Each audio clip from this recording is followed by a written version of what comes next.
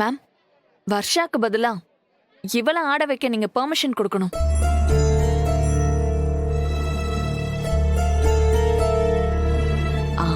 இவ பேரு ஸ்ருதி.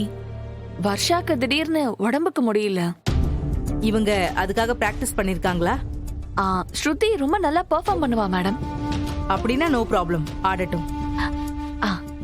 Thank you madam.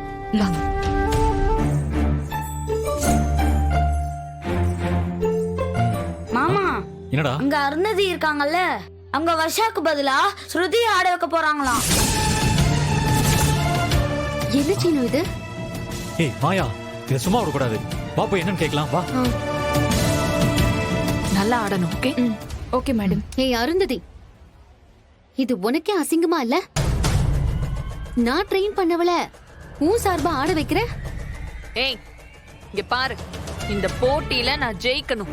அதுக்காக நான் என்ன வேணாலும் செய்வேன். அத கேட்க நீ யாரு?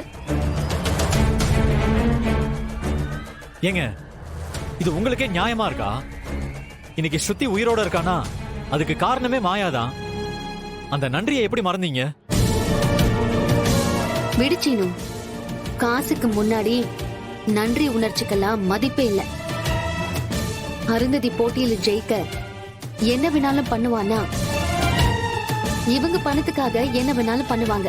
அவ்வளவுதானே? இந்த பாருங்க, வார்த்தையை அளந்து பேசுங்க. என்னையா வார்த்தை அளந்து பேசணும்? உங்களை மாதிரி ஆளுங்களை எல்லாம் இதுக்கு மேலேயும் கேட்கணும். போட்டி நடக்கிற இடமாச்சின்னு பாக்குறேன். இங்க பாருங்க, எங்க பொண்ணுக்கு எது நல்லதோ அதுதான் நாங்க பண்ணுவோம். அப்போ மாயா உங்க பொண்ணோட நல்லதுக்காக அடிப்படைதால உங்க கண்ணுக்கு தெரியல? அவங்க கொடுத்த காசுக்காக நாங்க கஷ்டப்பட்டு டான்ஸ் சொல்லி கொடுத்தத உங்க பொண்ணை எதிரணி சார்பா ஆட வைக்கிறீங்களே, உங்களுக்கு மனசாட்சி உறுத்தவே இல்லையா? உங்ககிட்ட எல்லாம் பேசுறதுக்கு விருப்பம் இல்லைங்க.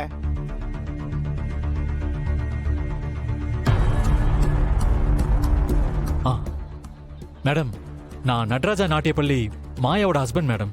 சொல்லுங்க மேடம், நாங்க கஷ்டப்பட்டு ட்ரெயின் பண்ண எங்களோட ஸ்டூடெண்ட்ட அந்த அருந்ததிங்கிறவங்க விலைக்கு வாங்கி அவங்க நாட்டியப்பள்ளி சார்பா ஆட வைக்கிறாங்க மேடம்.